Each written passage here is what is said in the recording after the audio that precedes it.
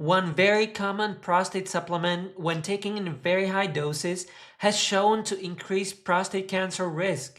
I see this in my clinic every week, patients spending hundreds of dollars on prostate health formulas, convinced they're going to protect them. But the uncomfortable truth is most of these pills do absolutely nothing, and some give men false sense of security. I'm Dr. Chovanec, I'm medical oncologist, and today I'm not selling you anything. I'm going to walk you through what actually works, what's waste of money, and one vitamin men are deficient in that is worth checking with your doctor. Let's start with the biggest mistake I see: high-dose vitamin E supplements. For years, we believed that vitamin E antioxidant properties will protect the prostate. So we tested the idea properly. The SELECT trial followed 35,000 men taking vitamin E, selenium, or both and watched them for a prolonged time. The results shocked medical community. Men taking high doses vitamin E did not have less prostate cancer. They had 17% increase of risk of prostate cancer. The verdict is, do not take high doses of vitamin E for prostate health. If you take vitamin E naturally from foods like nuts or leafy greens, that's fine. But concentrated pills are a different story and your prostate does not benefit from them. Next one is saw palmetto, the most common ingredient in prostate health blends. Here's the key distinction most people miss: cancer versus comfort. Does saw palmetto prevent prostate cancer? No. It does not lower PSA or stop cancer growth. Can it help urinary symptoms in men with enlarged prostate? In some cases, yes. If you are waking up multiple times during the night or you have a weak flow from benign prostatic hyperplasia, it may help. The verdict is, use it for symptoms, not for cancer prevention. If you don't see any improvement within 3 months of taking it, stop using it.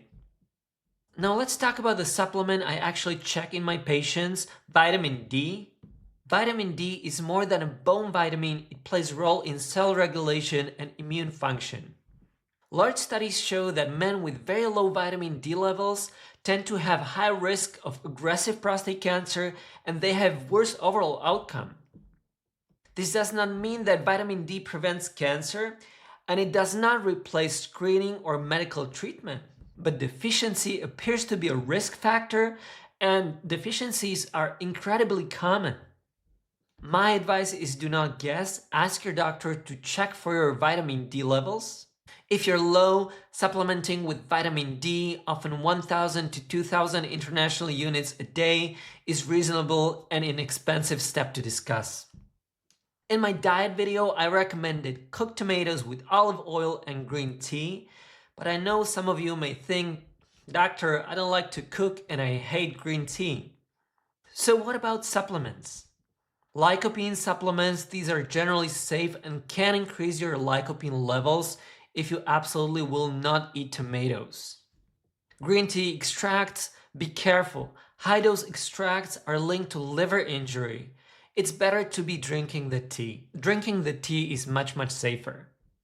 So the rule is, foods beat powder. Supplements are plan B, not a plan A. One final warning that can prevent a lot of unnecessary panic or a false reassurance. Check your multivitamins for biotin, often marketed for hair, nail, and skin. Biotin itself isn't harmful, but it can interfere with PSA lab tests that use biotin-based technology. Here is the real danger. In many commonly used PSA tests, biotin can make your PSA look falsely low. And that's dangerous because you may walk away feeling secure, but your true PSA is actually much higher. The fix is simple: stop taking biotin supplements 72 hours before taking the PSA blood test. Otherwise, you may be reacting to a number that simply isn't real. Supplements are tools, not cure. Save your money on mega blends and focus on nutrition, vitamin D levels, and understanding your numbers. And if you're taking supplements because your PSA is rising, the most important thing to know is how to interpret your PSA correctly. Is a 3.5 reassuring or concerning? I explain how to read your PSA report in a video right here. Watch this next so you're not flying blind and subscribe to my channel.